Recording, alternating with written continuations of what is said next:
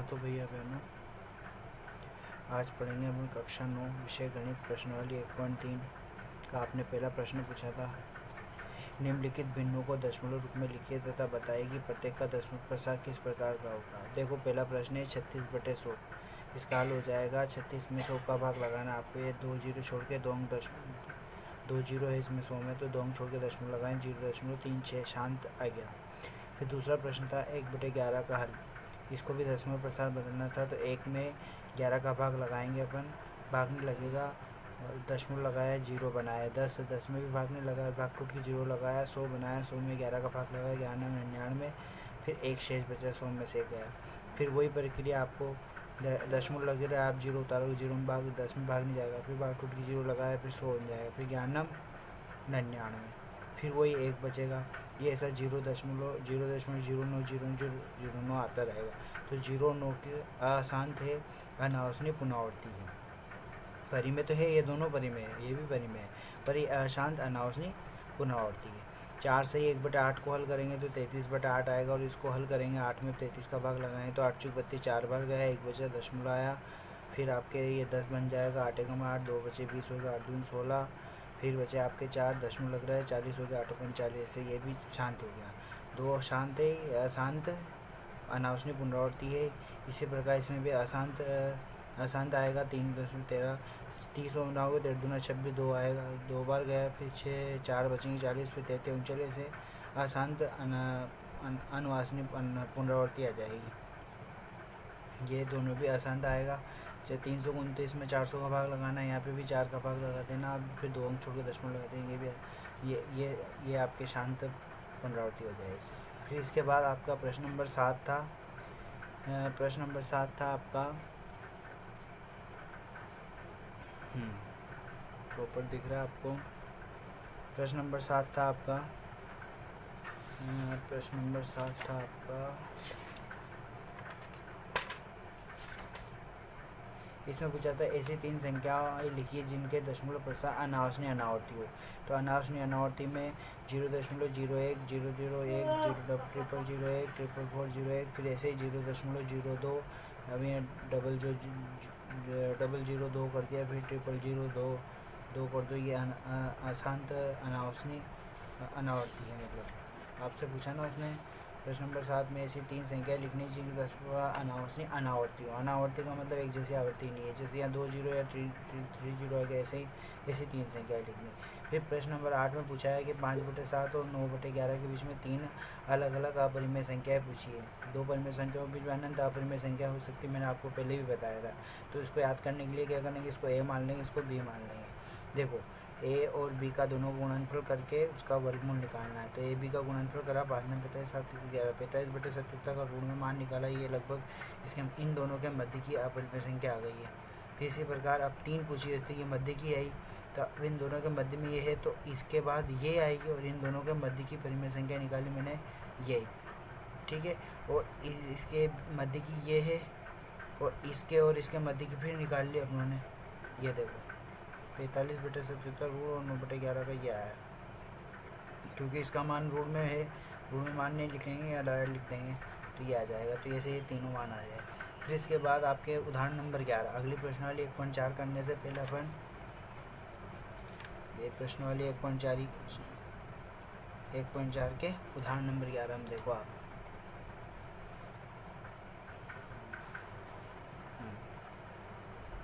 देखो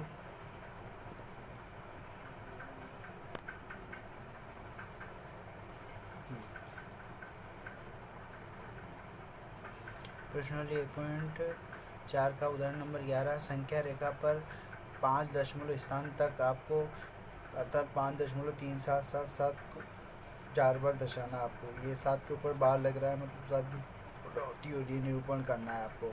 तो सबसे पहले अपन क्या करेंगे, 5 और 6 के बीच में 5.3 ढूंढेंगे। तो 5.3 और 5.4 आ गया। 5.3 और 5.4 के बाद ही होगा 5.37।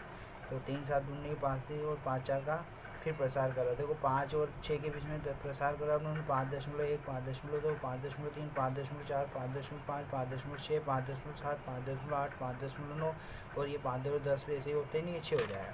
अब 5.3 और 5.4 का प्रसार करा, 5.31, 5.32, 5.33 और 5.34 ऐसे इसका भी प्रसार करा यहाँ पे 5.39 तक, और 5.39 से 5.4 हो जाएगा।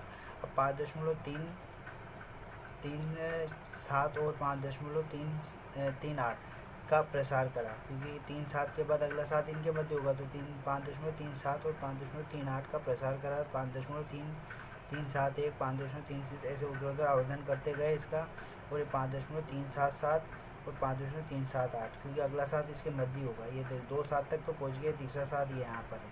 इसका फिर प्रसार करा आपने 5.377 का, और इधर 3.378 का फिर प्रसार करा, उत्तरोत्तर आवेदन करते गए, 3.377, 1, 3.377, 2 ऐसे प्रसार करते गए, तो इसके मध्य में आ जाएगा आपके 3.377, 3 बार तक ये 4 अंक तक निकाल रहे।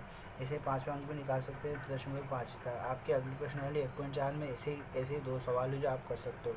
फिर इसके बाद आती है अगली प्रश्नावली आपके 1.5, उसके उदाहरण नंबर 13।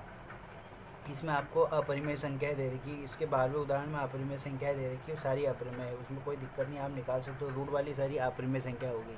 इसके बाद देखो अगला प्रश्न है अपने पास 2√2 + 5√3 और 2 - 3√3 को जोड़ना है, अपरिमेय संख्याओं का जोड़ना है। तो देखो जुड़ जाएगा, सीधा है। इसको ऐसा कैसे लिखा मैंने, इसको ऐसे लिखा 2√2 और +√2, इसमें 2√2 में 2√2 जुड़े तो 3√2 हो गए, और ये 5√3 है, और ये माइनस के 3√3 है, तो 5 में से 3 गया, 2√2 3 बचा, आराम से जुड़िया। अब 8√15 को 2√3 से भाग करना है, तो भाग देना है, तो बटे में आ जाएगा, तो 8√15/8 2√3 लिख दिया, 2 चुके 8 4 बार कट गया, और 15 को लिखा मैंने 3 × 5 और √3 से √3 कैंसिल हो गया, 4√5 आएगा आंसर। फिर एक और आपका एक सवाल और है, उसमें इसी प्रश्नावली का 1.5 का मैं उदाहरण बता रहा हूँ। संख्या रेखा पर √3.5 को निरूपित करना, आपको सवाल करना है, मैंने एक उदाहरण बताया। 3.5 कोई संख्या है, जिसको संख्या रेखा पर प्रदर्शित करना है, तो पहले गणितीय निरूपण बाद में देखेंगे, पहले मैं इसको एक अपने तरीके से बताता हूँ। सर्वप्रथम दी गई रेखा पर एक स्थिर बिंदु ए से 3.5 की एकक दूरी पर बिंदु बी लीजिए। यहाँ से ए से बी तक 3.5 दूरी, ये 1 इकाई, 2 इकाई, 3 इकाई, ये 3.5 इकाई दूरी यहाँ हो जाएगी। अब इस बी तक लगाते चिन्ह, ये भी 3.5 हो गया। अब बी से एक एकक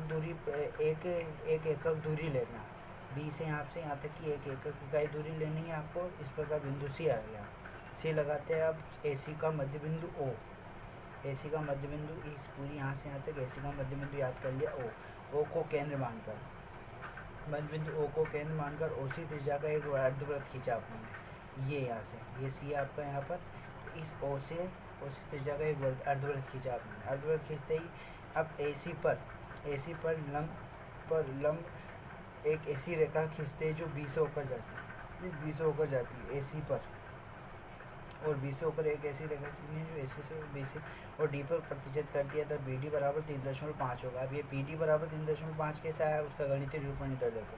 माना x बराबर 3.5 होगी, गणितीय निरूपण में समकोण त्रिभुज ओ बी डी की बात करता हूँ मैं, ओ बी डी पाइथागोरस में आपने सबने पढ़ा होगा। ओ बी डी त्रिभुज में देखो वृत्त की त्रिज्या कितनी है, यहाँ से यहाँ तक वृत्त की त्रिज्या है, ये अर्धवृत्त है, इस अर्धवृत्त की त्रिज्या ओ सी और ओ है, तो ये ओ डी भी वृत्त की त्रिज्या होगी, तो ओ डी ओ सी ओ ए वृत्त की अर्धवृत्त की त्रिज्या होगी। कैसे होगी, यहाँ से यहाँ तक की दूरी क्या मान रखी है अपनों ने, x मान रखी, x 3.5 मान लिया ये भी, तो ये x है, तो इसमें x में एक एकक और दूरी जोड़ी थी आपने, तो ये पूरी ए सी कितनी होगी, x + 1 होगी, और बटे 2 का यानी आधी हो जाएगी त्रिज्या, ये तो व्यास हो गया उसका, तो ये त्रिज्या हो जाएगी x + 1/2 अर्धवृत्त की त्रिज्या।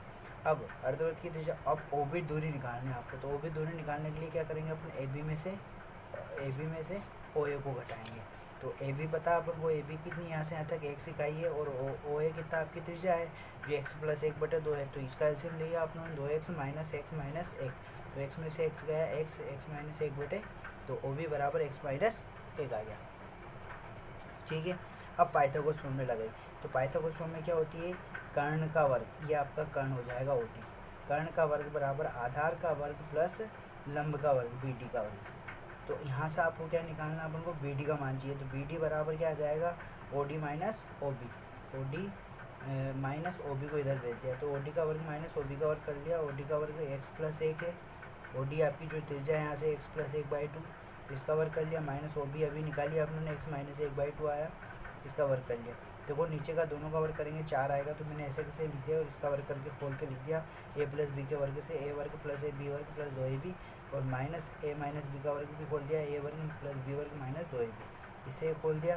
देखो यहाँ पर चिन्ह हटा है तो ये माइनस का हो जाएगा एक्स वर्ग, ये माइनस का 1 और ये माइनस माइनस प्लस के 2, एक्स वर्ग से एक्स वर्ग कट गया और माइनस 1 से प्लस 1 भी कट गया, 2x 4x बाई 4 करा तो x आया, तो बी डी बराबर कितना आ गया, x आ गया, और बी डी स्क्वायर बराबर x है तो बी डी बराबर रूट x आ जाएगा, और रूट x का मान 3.5 है, इस प्रकार बी डी यहाँ से 3.5 होगा। अब आपको क्या करना है, प्रकार के नोक को कहाँ पर रखना है, बी पर रखना है, और पेंसिल वाली नोक को यहाँ पर रखना है, और यहाँ से एक चाप काटना है जो इस प्रकार ये संख्या रेखा पर 3.5 आएगा। ऐसे एक सवाल है आपका, वो उसको आप करना है। फिर इसके बाद अगला उदाहरण है 16, इसमें 5√7 प्लस 2√5 का आपस में गुणन करना है, अपरिमेय संख्याओं को गुणन पर। इसमें आपको a प्लस बी का होल वर्ग वाला सवाल भी इसी उदाहरण में 16 में दूसरा तीसरा उदाहरण है, एक ए वर्ग माइनस बी वर्ग का सवाल भी है। आपको याद है ए वर्ग प्लस 2ab प्लस बी वर्ग वाले सूत्र से ये हो जाएगा, और इसका याद है अपन को ए प्लस बी और ए माइनस बी वाले सूत्र से इसका भी हो जाएगा। तो ये सीधा सा इसमें ए कॉमन तो है नहीं, तो एक 5 दूनी 10 ऐसे गुणा कर लिया, और 5 का रूट 5 से गुणा 5√5 ही आएगा, अंदर गुणा नहीं होगा क्योंकि वो रूट वाली संख्या है। और √7 का 2 से गुणा 2√7, और √7 और √5 का रूट का आपस में गुणा हो जाए, रूट 35 आ जाएगा। तो आप अगले सवाल में आपके 17वें सवाल में उदाहरण नंबर 17 में 1/√2 के हर का परिमीकरण, तो हर क्या है, ऊपर वाला अंश है नीचे हर वाला, तो √2 का परिमीकरण करेंगे, 1/√2 का √2 से, नीचे √2 है ना, हर का परिमीकरण कर रहे हैं तो √2 से ही गुणा करना पड़ेगा, तभी तो ये नीचे की चिन्ह संख्या हटेगी। तो √2 से √2 गुणा और √2, ये आपका हर का परिमीकरण। ऐसे अगला उदाहरण है उदाहरण नंबर 8, 1/2 प्लस √3 के हर का परिमीकरण करना है। तो 1/2 प्लस √3 में हर का परिमीकरण करना, नीचे क्या है 2 प्लस √3 है, तो इसमें 2 माइनस √3 का ऊपर नीचे गुणा कर लिया ताकि ये हट जाएगा। तो 2 का वर्ग, ये ए प्लस बी और ए माइनस बी, तो वर्ग करेंगे तो ये ए वर्ग माइनस बी वर्ग हो जाएगा। तो ए का वर्ग 2 का वर्ग 4 और √3 का वर्ग करेंगे 3, तो 4 माइनस 3 करेंगे, और यहाँ पर 2 माइनस √3 ऊपर है, इसे 4 में 3 गया है कि इस प्रकार ये भी हो गया। इसके बाद आगे के प्रश्न वाली 1.5 के आप सारे सवाल करना, मैंने उदाहरण समझा दिए, ठीक है, प्रॉपर समझ में आ रहा होगा, आप आराम से देखिए इसको, ठीक है। इसके बाद मैं अगला वीडियो लेके आऊँगा प्रश्न वाली 1.6 के ऊपर, या आप कर सकते हो, इसे बहुत सरल है वो, ठीक है दोस्तों।